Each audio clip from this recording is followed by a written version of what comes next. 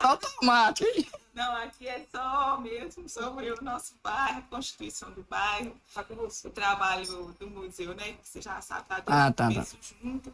E então nós estamos fazendo um mapeamento mesmo do bairro, uma leitura do bairro desde que o bairro chegou, né? E aí a partir da história da pessoa.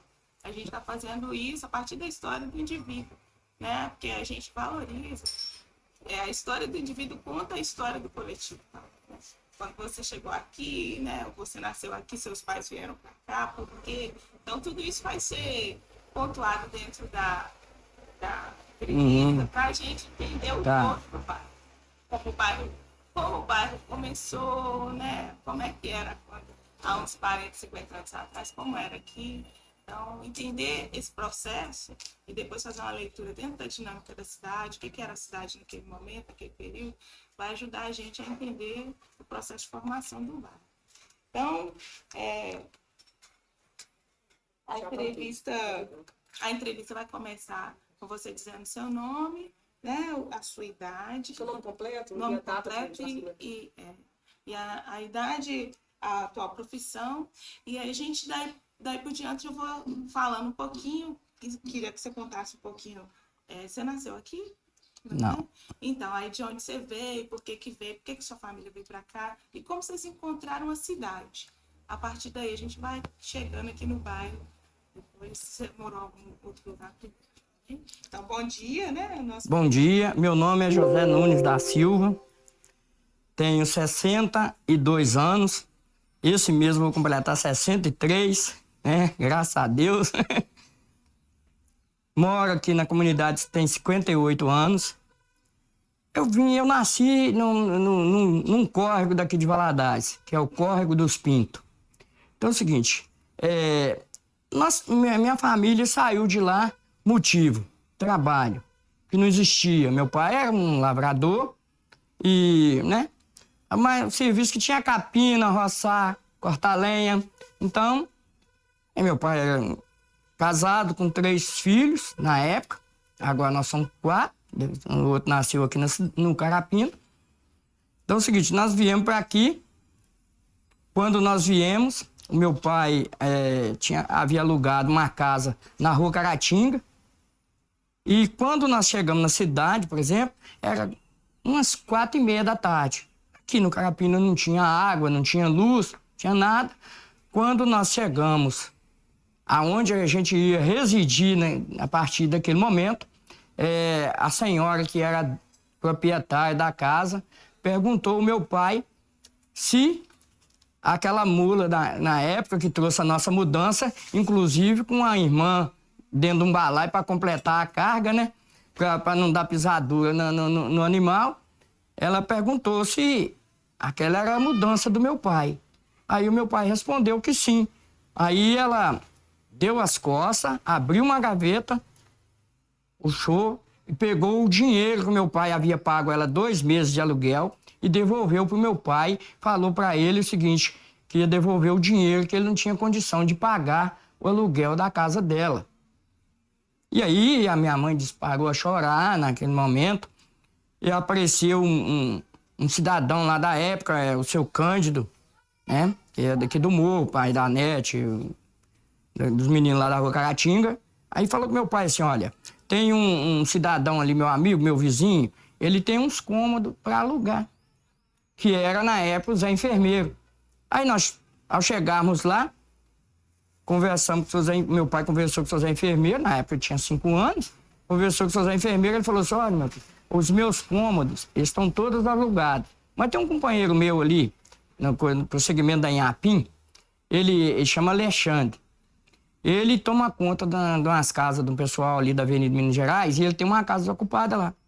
Na época, era 2 cômodos, era até de tijolo, mas porém o chão era terra, né?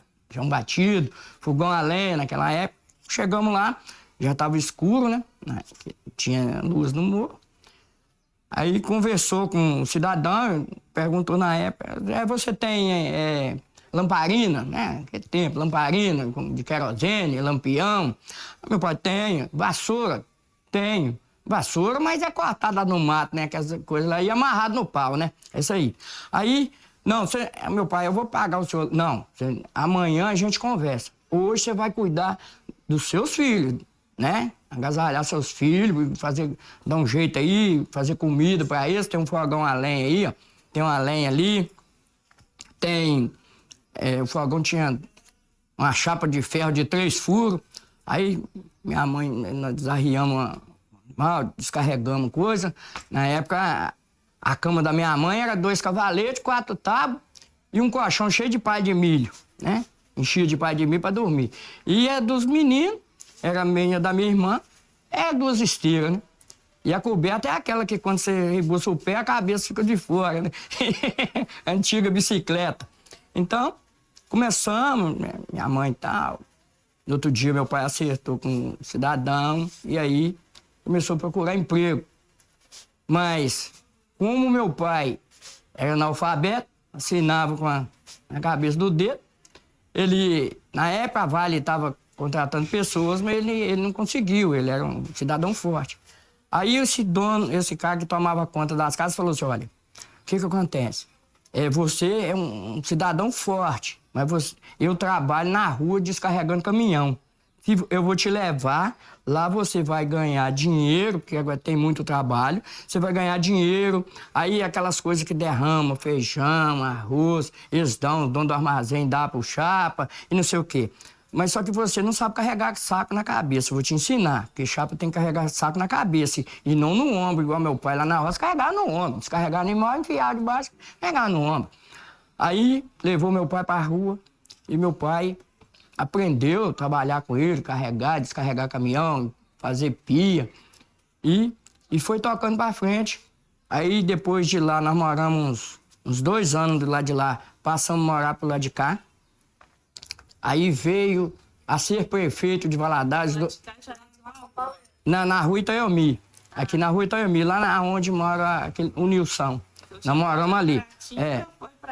Nós saímos da Inhapim e viemos morar nessa rua Itaiomi, a qual eu estou até hoje, né? Morando, só mudei de local. O que acontece? Quando nós viemos para cá, aí, com o passar do tempo, apareceu uma... Aí eu já saía de madrugada para vender pão, já vendia fruta, já vendia pirulito. Quer dizer, naquele tempo o menor podia trabalhar, que ninguém morreu, né? Mas hoje o menor não pode trabalhar mais, infelizmente. Diz que tem que estar na escola. Só que eu estudei, né? Estudei por quê? Fiz o primário no Carapina, na Escola Estadual Carlos.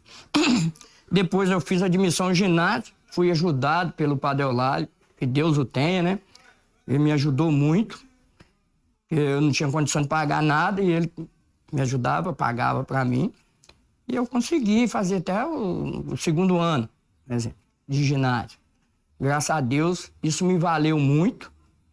Aí, o tempo passou e daí o meu pai conseguiu comprar uma casa, assim, juntou um trocadinho, compramos uma casa por 4.000 cruzeiros naquele tempo. Né?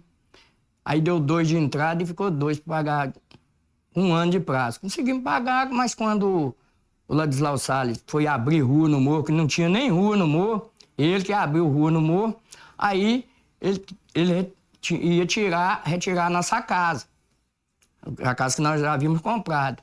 Mas ele nos deu outra. Ele fez... Não, a área boa, a área boa. É aqui no Beco do Cruzeiro a casa que nós compramos. Só que nós não moramos lá nem um dia, porque ele desapropriou essa área toda para fazer praça. Só que não deu tempo dele fazer. Aí ele fez casa popular, os povos que estavam onde ia passar a rua, fez casa popular na Tumiritinga aqui, até chegar lá no Valdomiro, casa popular do lado de baixo da rua. Todos são casas que a prefeitura fez e doou para as pessoas, né? E na época essa rua Tumiritinga, ela saía lá do outro lado. Aí tinha a rua Itaiomi, só que não tinha esse pedaço. Aí não fazia aquela casa ali para minha mãe, ela não era na esquina, hoje ela é na esquina, por quê? Ele mandou abrir esse pedaço aqui, tirou uma casa que tinha atrás de um barranco, aí tirou o barranco e fez a rua, né? Que tá valendo a gente até hoje, onde vem sobe. que atravessa Tumiritinga aí. E aí o tempo foi passando. Meu pai sempre trabalhando, eu também fui pra rua. Quando eu já tinha ali uns 15 anos, eu fui pra rua, já tinha muita força. Fui trabalhar de chapa também, mas meu pai. A gente conseguiu ganhar um dinheirinho a mais. Aí nós fomos... Como era a cidade nesse período? O que tinha na cidade? Quando eu cheguei em Valadares tinha 5 bairros. Só 5. Olha, era o São Tarcísio, o bairro que tinha. São Tarcísio, tinha o São Raimundo, Vila Isa, e do lado de cada linha tinha o Nossa Senhora das Graças, hoje. E uma parte do bairro de Luz, que é onde tinha o campo de aviação na época, né? Então só existia esses 5 bairros. Daí a cidade foi... A linha já estava assentada, a linha férrea. Já a linha férrea já estava sentada, só que a gente passava em cima da linha para vir para cá. Aí, com o passar do tempo, aí entrou outro prefeito, entrou Hermílio Gomes, por exemplo, aí cercou a gente do lado de cá, né? Tinha uma passagem lá onde hoje é o Mergulhão, só tinha aquela passagem lá, e aquela passagem lá que vai para São Pedro, o resto era tudo fechado, né? Não tinha nem passarela, não, né? Você tinha que passar ou lá embaixo, na Rua Caetés, perto da Rua Caetés, ou então passar aqui na Avenida Minas Gerais, mas passava em cima da linha. Aí tinha a guarita, o cara fechava na hora que o trem vinha, acontecia alguns acidentes. Aí apareceu o prefeito Joaquim Pedro Nascimento, que ajudou muito a comunidade. Calçou a rua com aqueles pés de moleque na época, colocou luz, mandou colocar água. Então é o seguinte, nos ajudou muito aqui no Morro.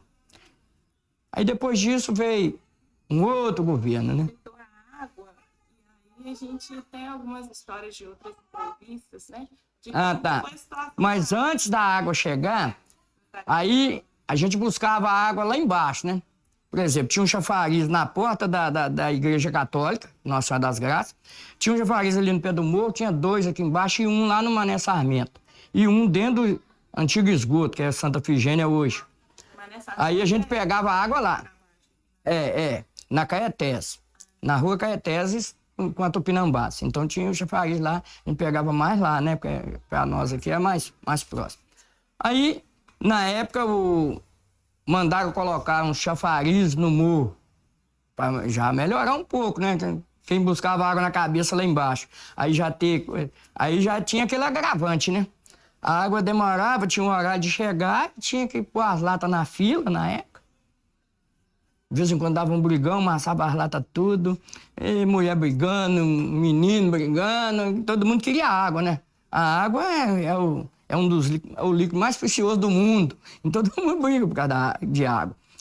O que acontece? Depois, quando veio a água em definitivo, aí apareceu um outro prefeito, arrumou as ruas, calçou, aí veio o ônibus, né? A gente não tinha também. Veio o ônibus, aí veio lavanderia comunitária, veio capela velório, já deu uma, né? Uma guinada muito boa. O calçamento das ruas foi Ronaldo Perim, no governo Ronaldo Perim. Calçamento em definitivo, né? Que é esse Unistar.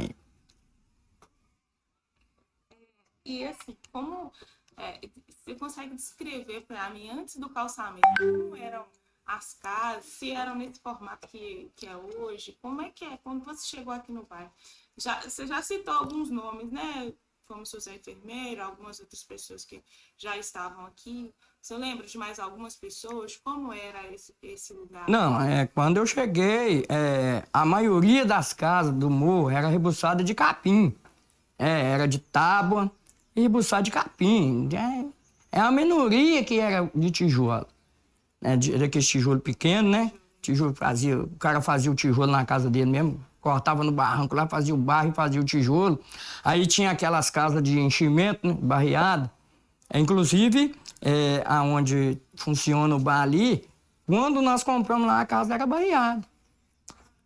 Aí depois nós jogamos no chão, fizemos uma parte de tijolo, uma parte de tábua, Meu avô era serrador, né? Aí fez as tábuas, deu para minha mãe. Aí nós fizemos 2 cômodos de tábua e um de tijolo.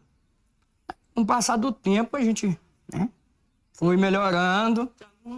Algum comércio? Existia algum? Tinha, comércio tinha. No morro tinha... Quando eu cheguei, tinha 2.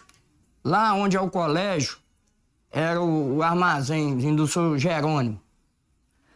E pra cá um pouco, aonde é a quadra das dog, era o comércio de cereais do dono daquele terreno ali, que era o seu Juquinha. Então tinha esses 2 comércios de cereais. Aí, no passar do tempo, veio o Zé Sobrinho vendendo, aí veio o Zé Rocha ali embaixo. Mas só que é o seguinte, para trazer a mercadoria cá pra cima, tinha que trazer na cabeça, porque o carro não vinha aqui, na época, né? Quando eles tinham esses armazéns, tinha que carregar batia lá no início do morro lá, colocava na cabeça e trazia para vender pro povo. Aí depois apareceu o seu Gerson, né? Foi o homem que mudou a característica comercial do morro, que aí ele já vendia o que os outros não vendiam. Vendia querosene, vendia banha, que a banha vinha no pacote, vendia 100 gramas. Café, por exemplo, vinha no pacote, ele vendia 2 colheres, 3 colheres para o cidadão. Só que o dinheiro não podia ir embora. Vendia qualquer tanto. Ah, você quer comer um café? 3 colheres de pó, você gasta? Ah, não, gasto 2, então 2. Eu ia lá no papelzinho, entregava o cidadão. Então, hoje não, evoluiu muito, graças a Deus. Sentindo muito bem. E o saneamento? Como ficou assim o saneamento aqui da cidade, já que do bairro? Já que não era calçado, bem provável que não tinha rede. Naquela época não tinha saneamento. O que se fazia? Tinha a Fundação CESP, né? Que é lá onde hoje é a Policlínica. E essa fundação, ela fazia uma doação de uma laje, um buraco assim. Aí tinha um lugar de você, aqui, só uma sapatinha mais alta, assim, lugar de colocar os pés. E aí você defecava abaixado, né? Tinha que abaixar de coca em cima do negócio. Aí fazia o buraco, é lógico. Aí montava a famosa privada, né? É isso que a gente usava aqui. Alguns já tinham um trocadinho a mais, mandou fazer fossa, né? Aí arrumava água, jogava lá e vinha cá pra fossa, não era igual a coisa que essa, por exemplo, a privada. Aí quando ela tava muito cheia, a gente usava cal virgem, né? Não sei se você conhece, cal virgem. Jogava o cal, aí aquilo virava tudo água, né? E abaixava para durar mais tempo. Mas quando chegava ao ponto mesmo quando ia baixando, chegava ao ponto de juntar muito e tal, e qual que era o procedimento quando tinha? Ah, quando tinha muito, a gente enfiava uma lata lá e arrumava um buraco e enterrava aquele troço, fazia um buraco e enterrava. Para tirar de lá, a gente enterrava num outro local. Sim, a gente sabe que a questão do saneamento interfere diretamente na saúde, né? Você falou do CEP, aí me recordei, assim, como é que era a situação de saúde da população que morava aqui? Ah, menino, os meninos todo ano tinham que tomar lombrigueiro, porque a barriga era aquelas pipas, né? Aí naquele tempo tomava lá na Fundação CESP, que cuidava disso, né?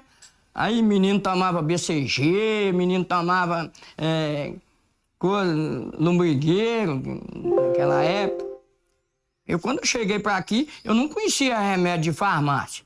Porque lá na roça, minha avó fazia lombrigueiro para os meninos, mas é assim, cortava Santa Maria e misturava, fazia doce de leite com Santa Maria para ser lombrigueiro para as crianças. Então... No trato da água, né, as pessoas falam muito da questão externa. Mas quando vinha para casa, como é que era o cuidado com essa água? Olha, lógico, a gente buscava água e colocava dentro das cartolas, né? Aí que é aquelas cartolas de 200 litros, aí colocavam a tampa, né?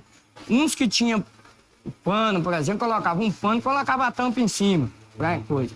E aí, se durasse muito, aí começava aparecer coisa. Aí jogava pedra única dentro da água pra matar os bichinhos, matar os micróbios, tomar.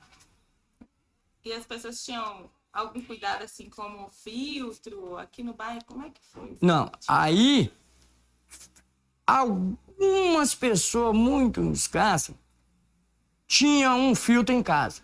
Aí, quando veio o Fundo Cristão aqui pro Morro, aí a coisa mudou. Toda a casa aqui, né? Família padrinhada, tinha que ter um filtro dentro de casa. Era a exigência. Doava o dinheiro, tinha que comprar o filtro, manter a higiene. Só que aí já chegou o saneamento, inclusive o primeiro saneamento que foi feito foi dessa rua que desce aqui, ele sai lá foi parar lá no Santa Efigênia. Essa rede que começa aqui, na Itaiomi, e vai até lá na Caeté, na Tancredo Neves, ela foi feita pelo Fundo Cristão e não pelo... Ela corta direto? Direto, ela vai direto. Ela passa dentro do beco Orosa ali e vai embora lá para baixo, Então, alguma pessoa que já tinha condição, já fez um banheirinho, já ligou, e apareceu a água, né? Então, melhorou muito. O Fundo Cristão foi um passo... Foi um passo muito largo para a comunidade, ajudou demais, demais. Todos esses becos que tem no morro, as escadarias foram feitas pelo Fundo Cristão. O Fundo Cristão que fez as escadarias do morro todas. Mais ou menos quanto tempo que tem que ele tá... Ô menina, essas escadas elas devem ter... Eu vim eu morava lá morei lá na Jaçanã, que é ali do outro lado do morro. Então eu vim para aqui no ano de acabei de subir o morro, em 81. Essas escadarias começou que eu fazia parte da administração, começou em 82. Quando o sol estiver incomodando, o senhor fala, a gente... Não.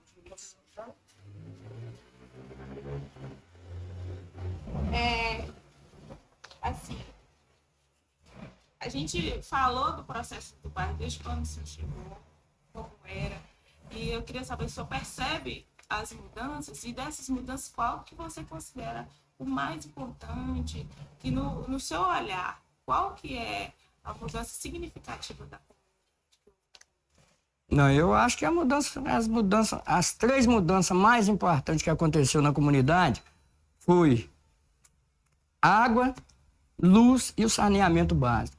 Porque sem isso, você não tem progresso nenhum numa comunidade. Se você não tem saneamento básico, se você não tem água, se você não tem luz, você não tem nada. Né? É a mesma coisa de morar no meio do mato, né? Lá no mato a gente tem água, né? Aqui não tinha nada disso. E, assim, olhando para a comunidade hoje, na atualidade, o que seria importante a gente preservar? Olha, menina, o que seria importante preservar seria a cultura da educação, que infelizmente está deixando a desejar. As pessoas não aprenderam a valorizar aquilo que é deles até hoje, infelizmente.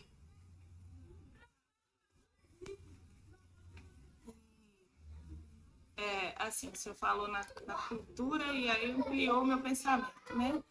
Como é que eram as relações aqui na comunidade? Relação cultural mesmo, as pessoas que viviam aqui, como é que era o trato? Tinha um relacionamento de um vizinho com o outro? Tinha essa parceria ou era mais isoladamente? Não, realmente essa comunidade aqui, ela sempre foi de diálogo. Um vizinho com o outro, todo mundo conhece todo mundo. Quando um tem uma necessidade, todo mundo está sabendo da necessidade. 90% das pessoas dessa comunidade não tem vergonha de falar aquilo que realmente está sentindo, se tem alguma necessidade. Alguns, né, aqueles que ficam lá resguardados no canto, é lógico que eles vão passar necessidade, porque tudo que quando a gente precisa, a gente tem que procurar, né? A gente tem que andar ao lado da coisa que a gente precisa. Procurar adquirir aquilo que a gente tem necessidade. Aqueles 10% que não faz isso, aí ele fica lá no canto isolado. Mas o restante, eu tenho certeza absoluta que todo mundo aqui é... Essa relação de proximidade, existe desde quando eu vim para aqui. E ela pode produzir alguns espaços celebrativos, né, de lazer. Realmente pode. Tem alguns que tem algum espaço que pode acontecer isso, mas se acham dono, o troço é do povo, mas eles se acham dono. E aí, tem hora que eu fico assim, meio nervoso com as pessoas, começo a cobrar, né? Mas por que eu cobro? Eu sempre cobro porque eu quero o bem-estar da minha comunidade, eu vivo aqui, certo? Então, como eu já disse anteriormente, tudo que vier de benefício para a minha comunidade vai estar me ajudando. Não é eu não penso só no eu. Eu não tenho egoísmo de pensar só no eu. Eu penso nas pessoas. As pessoas que vivem aqui, a necessidade que elas têm, né? E como a gente pode suprir essas necessidades. Para se suprir essas necessidades, a gente já sabe como se faz. É dando as mãos. Porque não adianta, sozinho ninguém vive. Porque se fosse pra gente viver sozinho, por exemplo, Deus quando fez o mundo não tinha feito o Adão e a Eva, né? Aí o Adão ia viver sozinho, só no comando. Então tem que ter, as pessoas têm que dar as mãos. Quem tem condição de ajudar, ajude. Apesar de que na comunidade tem alguns que quando ajuda, aí dá uma sacola de arroz pro sujeito, tira a foto e sai, coloca até na rádio. E eu já não penso dessa maneira. Eu acho o seguinte, aquilo que a gente doa não pode ser lembrado. Ela tem que ser lembrada pela pessoa que recebeu e não por aquele que doou. Eu sempre pensei assim. Então muita gente me acha polêmico por esse motivo. Você conseguiria citar assim, algumas pessoas aqui do bairro, vivas ou já falecidas, que você acha que foram importantes para a comunidade? Alguns nomes assim, que marcaram presença, seja em qualquer âmbito, né? Pela luta da comunidade. Exatamente. Olha, a gente tem, né, várias pessoas aí que a gente pode citar. Por exemplo, o Zé Otávio dos Santos, Zé Lagoa, um homem que sempre, né, brigou por benefício da comunidade. Uma pessoa excelente. Outra pessoa que já faleceu também é o Padre Olálio. Toda a vida ajudou nossa comunidade. O Padre Mateus, né? Que tratava das crianças do Carapino quase todas com a sopa, todos os dias. Então, são pessoas importantíssimas. Aí depois veio o Sr. Gervásio Cândido, uma pessoa também importantíssima, que ele fazia a gente trabalhar, juntava a meninada, opa! Inclusive, quando a água aqui do morro, nós levamos lá pro querosene, na mão. Nós fizemos a rede de esgoto, a rede de água, na mão. Quando nós chegamos lá para atravessar o córrego, que apareceu um cidadão lá, era policial, e falou, não, agora o pessoal daqui vai ter que fazer também, tá recebendo aqui praticamente na porta, o resto vocês têm que... É onde o Padre Olálio pagava a água do povo do morro, colocou lá uma caixa d'água e 3 chafariz para servir o povo naquela época, e pagava com o dinheiro dele. Ele lecionava no colégio, recebia e pagava o salário, a água.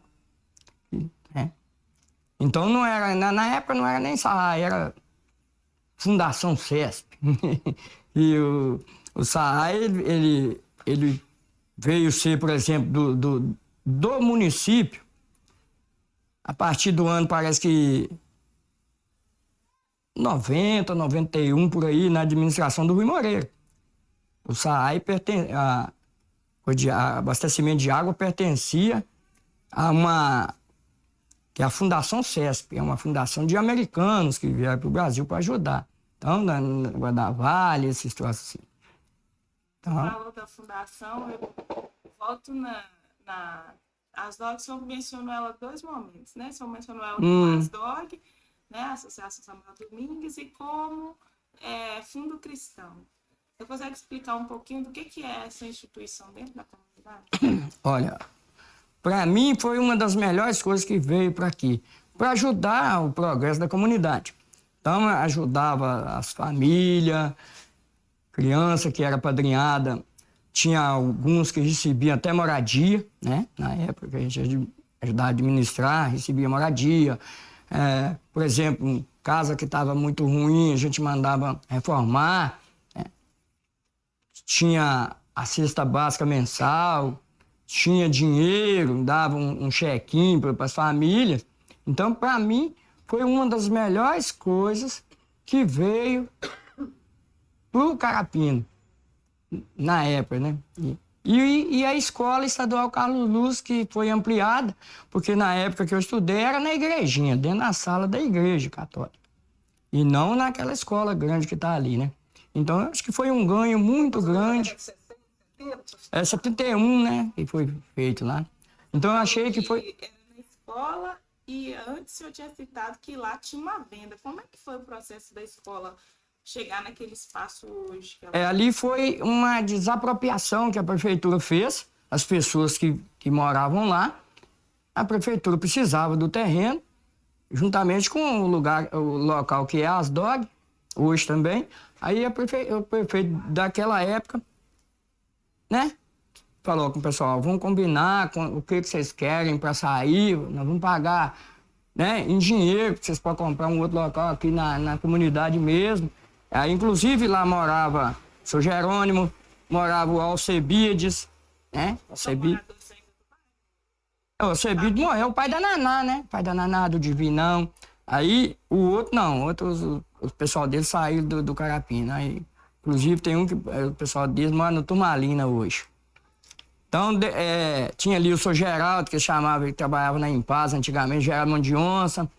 Aí tinha a família do Conrado, que vivia pedindo esmola. Aí tinha um cego lá, tinha a família da Dona Cota, que morava ali. Essa Dona Cota, mãe do Pioi, né? Mora ali no canto ali. E o Zé Faustinho de Moura, Zé Crente, também morava lá e tinha uma vendinha lá. Aí eles desapropriaram, pagaram ele e ele comprou aonde a família dele mora hoje. Então comprou aquele lado ali.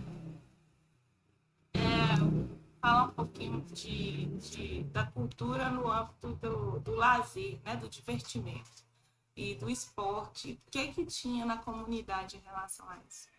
Olha, antes não existia praticamente nada. Aí, com o passar do tempo, eu estava assim com uns 15 anos de idade, aí nós resolvemos fundar um clube, um time de futebol. A comunidade tem que ter lazer, tal. A gente fazia algumas festas, fazia baile na casa de uma pessoa, final de semana, né? Igual a Dona Lindolfa, na casa da mãe da Genésia. Aí nós tínhamos que, final de semana, fazer um baile numa casa ou na outra. Tudo bem. Aí apareceu, para aquelas pessoas que gostavam de curtir coisa, apareceu a sede, né? Aí a sede do Joaquim Neném, a sede do Vantuil, onde o pessoal ia para lá dançar, final de semana. Não era igual a gente, que eram os menores, já não podia entrar lá, nós fazíamos nosso baile. Pois, aí fundamos o time, chamava Estrela Negra, o primeiro. Aí depois, com o passar do tempo, mudou de nome. Aí passou a chamar Operário. Operário Esporte Clube. Vestia preto e branco, na época. Aí, com o passar do tempo, o meu irmão e o Tele e um menino aí, um amigo meu, ele chamava ele de Adão, o nome dele era Adão, mas chamava ele de Adão Velho. Porque ele baixinho, parecia um velhinho, né? Mas ele era novo. Aí fundaram o Juventude Carapina. Gilberto. Aí, no ano de 1970... Acho que no ano de 1973, eles fundaram o Juventude Carapina. Mas já tinha o outro time, né? Eu falei, a gente já saía para jogar, né? Nos distritos, cidades do interior. E aí já tinha aquela melhora, mas antes não era igual agora. E tudo mudou. Naquele tempo a gente dançava rock, né? O que era mais avançado era o rock, dançava forró e dançava sertanejo. Hoje o povo já dança funk, já dança umas coisas mais diferenciadas, quer dizer, tudo tem o momento, né? Mas vai coisa. O funk é um troço que, infelizmente, eu não gosto. Não gosto porque eu acho que ele é muito agressivo. Todo lugar que tem baile funk dá problema. Infelizmente, as pessoas não sabem divertir. As pessoas de hoje não sabem divertir. Eles vão pra lá para procurar confusão. Então, eu acho assim, quando se faz uma festa para a comunidade e essas pessoas de má índole vão para lá para a festa para estragar a festa, eles não gostam da comunidade dele, né? Essa é a minha maneira de pensar. Falou do Juventude ainda existe? Olha, o Juventude, ele existe, só que existe o nome, né? Ele não tá aqui no bairro, mas vai voltar pro bairro. O Tele, ele mora no Morada do Vale. Então, só que ele vai entregar o time aqui pro Carapina de novo, para que a gente possa dar prosseguimento. Porque foi fundado aqui, o time é daqui, da comunidade. Tirou para lá, o motivo dele, não sei, né? O cara... time amador. Ele já teve... Foi campeão amador, foi campeão Vaziano, campeão da segunda divisão, campeão da primeira, certo? Era um time, seguinte, que quando saía para jogar, em qualquer lugar, o mínimo que ia era 3 ônibus de pessoas para assistir o jogo. Era a maior torcida da cidade. Nenhum time aqui amador tem uma torcida. Bom, hoje, que tem alguns que tem uma estrutura muito boa, igual o Copper Vale, que tem um campo próprio, eles não têm a torcida que o Juventude tinha na época. Nesse período que tinha Juventude e tal, quais são os outros times que tinha na cidade, que faziam... Tinha... Não, a Liga de Futebol Amador sempre coordenou coisa. Aí tinha, por exemplo, Bom Sucesso, Bangu, né? E vários outros, Santa Rita, Vila Isa, time do Vila Isa, que existe até hoje, Cruzeirinho, que existe até hoje. Então, vários times. Então, dentre outros, Alterosa. Inclusive, quando o Juventude foi campeão de Valadares, ele jogou com todos esses times. E ganhou de todos, para ser campeão da cidade. Ganhou de todos. Graças a Deus, nós sagramos campeão, foi uma festa muito grande, porque os moradores, anteriormente, eles eram associados do clube. O clube tinha sócio, assim, para manter, que hoje não tem mais, tirou da comunidade, então a comunidade parou de contribuir, é lógico. Mas parou o futebol ou ainda tem? Não, o futebol tá lá, só que agora que vai voltar pro morro. Mas tiveram outros grupos aqui no bairro? Depois outros times? Depois do... Não. Da Juventude, não. Tentaram aí, mas não conseguiram, não. A mesma expressão. Então, por esse motivo, nós estamos querendo trazer o Juventude de volta para o habitat dele, né? Que ele saiu do lugar que ele não devia ter saído. Existem registros, tem fotos, tem...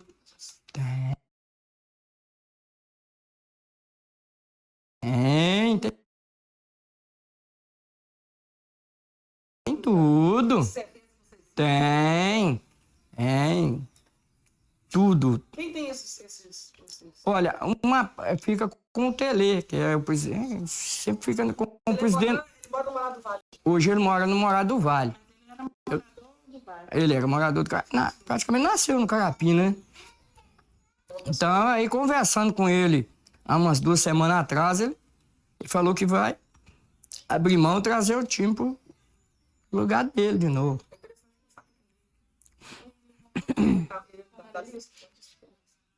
Então, além do futebol, o senhor falou que tinha algumas...